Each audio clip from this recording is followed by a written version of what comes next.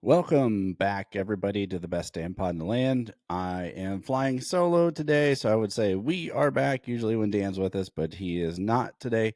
So, flying solo again today, but Friday, I will have Terry T from College Football Stop hopping on to join us to talk all things Buckeyes National Championship. Where do we go from here with the Jim Knowles departure and all the other news that's broken going into 2025? And we're not that far away from spring ball either. So here we go. I know my son is already talking about going to the spring game. So here we go. So certainly a wild week last week. There was the rumors floating out there about Carnell Tate perhaps looking at taking the exit strategy and jumping in the transfer portal. He doesn't. And, everybody's all like, well, what about JJ and all these offers for $4.5 million being floated out there? He stays. Ohio State celebrates their championship at the Shoe, and of course, Knowles heads for what I will call bluer pastures. So, where to begin? I mentioned on Tuesday last week, I guess, that I was going to start talking about 2025, but I wanted to wait until after the Natty celebration. So, just a little recap about that. If you didn't hear, Ryan Day said on the Late Show or the Tonight Show or whatever it was last night, I don't stay up that late, that they had about 45,000 people come to celebrate. So that's a lot of people. But, us Buckeyes, we are a rabid fan base. So I about fell over, though, on Sunday when Jack Sawyer kind of trolled everybody and said he was coming back for a fifth year. And I started to Google it really quick because I was like, I don't think he has a fifth year. He didn't, of course. He was just messing with everybody. But, of course, you're in celebratory mode. Your brain's a little bit, not super focused on 2025 yet. You're just enjoying and reveling in the celebration. So I don't know about you guys. I hope you get a chance to watch it. I watched it on Channel 10, but over the internet. I don't get Channel 10 where I live, but they had a live stream, so that was great. I loved watching the replays of the path through the playoffs, and they playing them on the screen. It was all the big catches and touchdown runs, and as wild as it is to say this, I sort of lost a few of those touchdowns and from the Tennessee and Oregon games in the recesses of my brain because there were so many. Like, it was such a great run. Obviously, the Texas game is pretty fresh in my mind as well as the Notre Dame game, but wow. Really cool to go back and look at all that. And especially just having that home playoff game against Tennessee. It was such a unique experience. So very cool, very well done. I thought they did a great job. If there was anything that annoyed me a little bit, it was Mike DeWine being on the stage. I don't have a problem with our governor. It didn't seem to fit. Like, the mayor of Columbus with the sign, like, that was fine, whatever. But it just I don't know, just weird to me, but whatever. Ryan Day looks like he's so genuinely relieved that he just looks different. He looks like 10 years younger all of a sudden, and I don't think it's because he sharpied his beard. There's really just something different about him now, and I like it. I like it for him. I like it for his mental health. I like it for his family. Uh, Really, really good stuff. So the Knowles thing. All right. So there were a bunch of Oklahoma folks that were running around with this nonsense about him joining Oklahoma, and I got into it with one of them, and they did not like what I had to say, and you know whatever. So Sunday comes around, and I am feeling like the Knowles thing. I just didn't feel like he was going to stay in Columbus. There was too much odd stuff. Like, if he wanted to stay, he would have signed, when they offered him that extension. And quite honestly, with coordinators, if you have good ones, people should be trying to hire them away. If they're not, there's probably a problem somewhere. And in this case, I always think that really good coordinators, especially at Ohio State, you go back through the Tom Hermans and that crew, like he goes to Houston, and 2-3 years, that's probably your max. Now, usually they go on to be head coaches, and I'm sure there's going to be some other people kind of parroting this as well. But he leaves for Penn State, as you guys are well aware, and there's these folks out there, and I'm going to share this one. So Landon, whatever his name is, said, Ohio State folks not taking this well. All I'm seeing is Ohio State fan accounts posting plays of OSU's defense giving up big plays and then saying his defense takes 3 to 4 years to implement. You all should just be celebrating your natty. One, I agree. Like, we should be celebrating the natty. I thank Knowles for his contribution. The fact of the matter is, though, that it does take 3 or 4 years to get his system implemented. This was the third year of Jim Knowles, and this is the first time we've really seen it go the way it's supposed to. And it took an All-American in Caleb Downs and the best safety play we've seen out of Latham Ransom in 4 years, plus Jordan Hancock, for this for them to really pull it off, and no injuries, and a lockdown corner in Denzel Burke. So yeah, I'm just gonna leave it at that, man. It does take time. It is gonna take time. We did give up a lot of big chunk plays. As a matter of fact, if you remember last year's defense, the 2023 defense, their whole goal was to not give up big plays. Like, Day emphasized that in the offseason after the Georgia game in 2022.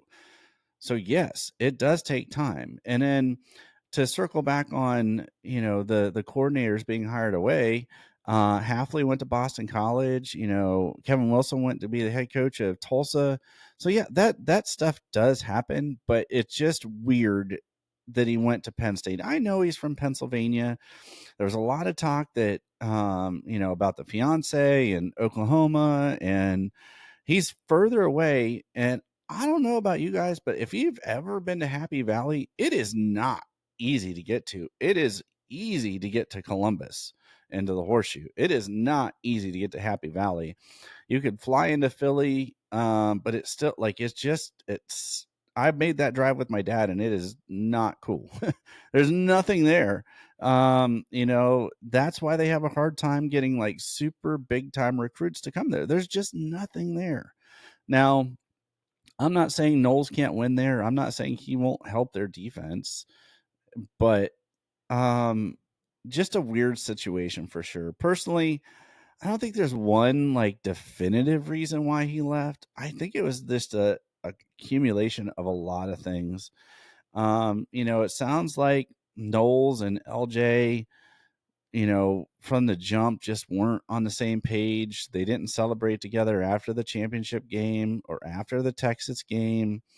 I don't really know what to think of that, but whatever. After the Oregon game, there was clearly the first Oregon game, there was an escalation in tension on how many points were given up in that game. And then you had the Saban thing with him calling the defense antiquated. And it was kind of reminiscent of that Georgia 2022 game where they gave up over 30 points. And so Day obviously interjects, gets involved, and so all of a sudden the defense starts doing multiple looks up front. The linebackers are playing fast and more downhill. That leads to, a little bit of, I guess I'll call it the jack position, sort of, but not fully. And then you have we saw some 3-down line fronts and some different things and moving people around and stunts and twists up front, which was great. Like, that Indiana game was probably the best and fastest I've seen Ohio State play downhill on defense in a long, long time. So at any rate, Jim Knowles leaves. We have the natty.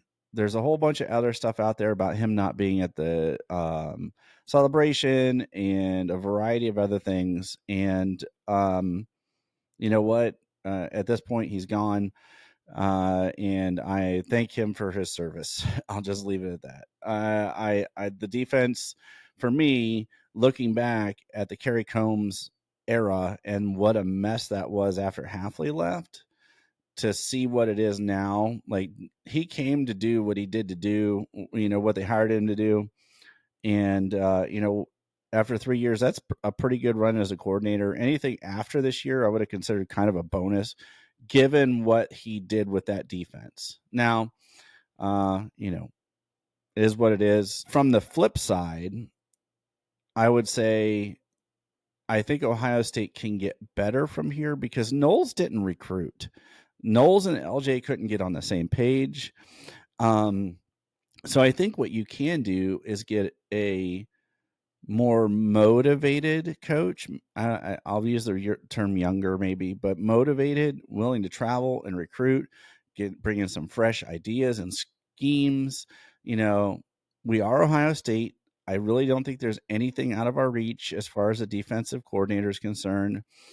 I shared yesterday the clip of the podcast daily at Roosters, and they brought up the idea, which I've brought up for a while, of Saban coming in for 1 year or 2 years. He gets to coach Caleb Downs. He gets to, he doesn't have to worry about NIL. He can just be a defensive coordinator. And I know, like, I'm kind of joking a little bit, but why not? Like, throw it out there at him. A 2-year deal. Get him off the desk, have him come in here. He's a brilliant defensive mind. The game has not passed him by yet. Like I said, Miss Terry loves Ohio, and they talk about it on that video. So look me up on Twitter, and you can find that YouTube. I'll put the clip in the notes section of our YouTube video too. So one of the other things I know for sure is Ohio State did reach out to Jim Leonard. He's staying in the NFL. I was told he doesn't really want to come back to college and recruit. I do expect them to kick the tires on a few other guys. We'll see what happens here. I think Hafley is probably staying in the NFL. I know people kind of want to go back to what's familiar, but then you realize when you get back to it, maybe it wasn't as good as you thought it was the first time around.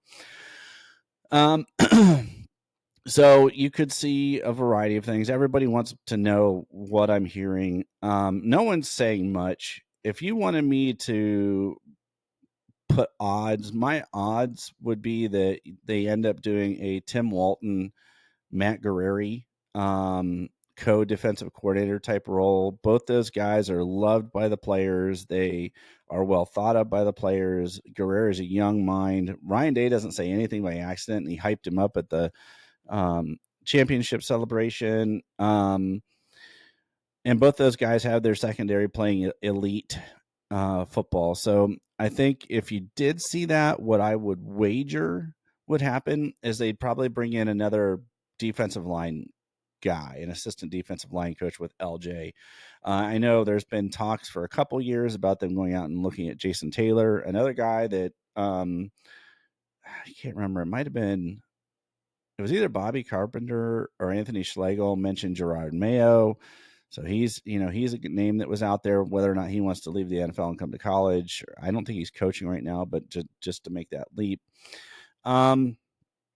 If you guys take anything away from what I'm saying, Ohio State will get a great coach, and they will not be scraping the bottom of the barrel for anything. Look, last year, Alfred left, and we ended up with Coach Locke, which was awesome. And so I wanted to share a couple final last-minute thoughts with you guys. So Knowles to Penn State, definitely interesting, and not necessarily something I fully understand. And I have some really interesting things here. So in the last 10 games, Penn State has only beat Ohio State in 2016. That was that blocked field goal that got ran back. So Penn State is 1-9 in their last 10 games against Ohio State. And then I have this bad boy, if I can get it to come up. Maybe you can't read that, but James Franklin, the head coach of Penn State's football team, is 1-15 against top 5 opponents, 4-20 against top 10 opponents, 15-29 against top 25 opponents, and he's 4-17 against Michigan, with 3 of those coming against Michigan. So, guys, Knowles has his work cut out for him. I don't really know, what more to say than that. It's kind of, I'm just going to be honest. I think it's a downgrade for Knowles. I don't really understand the move. I know I'm kind of circling back to that, but I just had those stats that I wanted to share. Now, a couple other news and notes. I did see where Carlos Lachlan stopped in to see Saban Hyder, the number 1 running back in the class of 2026. So he's out on the road. Chip is out on the road. A lot of was made, he's not here at the championship game. So he was down visiting Brady Smigel because he decommitted from Florida State. That's Chip's guy for this 2026 class, if you were wondering. He's kind of the guy that Chip has had circled for quite a while now. And given what's going on at Florida State, not surprising. So Chip's out on the road, Locke's out on the road, and I'm not surprised at all by that. So that's kind of the recap of everything of the last couple days. News kind of came fast and furious. If you get a chance, watch Ryan Day on the Tonight Show with Jimmy Fallon. It's 3 minutes, but he has a good time. He's having fun. And it was funny to watch Fallon try to lift the championship trophy. So that's going to do it for me today. Trying to keep these things, under 20 minutes. I know that that's more or less where we are, people's viewing times. So I appreciate you guys. If you could like and subscribe. Again, Friday, I'm going to have Terry T from College Football Stop on, working on some guests for next week as well. Appreciate you guys. And if you have any questions, please drop me in the line on Twitter, or drop them in the chat, and I'll get back to you or in the comments. And just enjoy this, guys. Just enjoy it. It had been 10 years. Somehow, some way, it had been 10 years. So I'm reveling in it, as I said. So you guys take care, stay safe out there, and as always, go Bucks.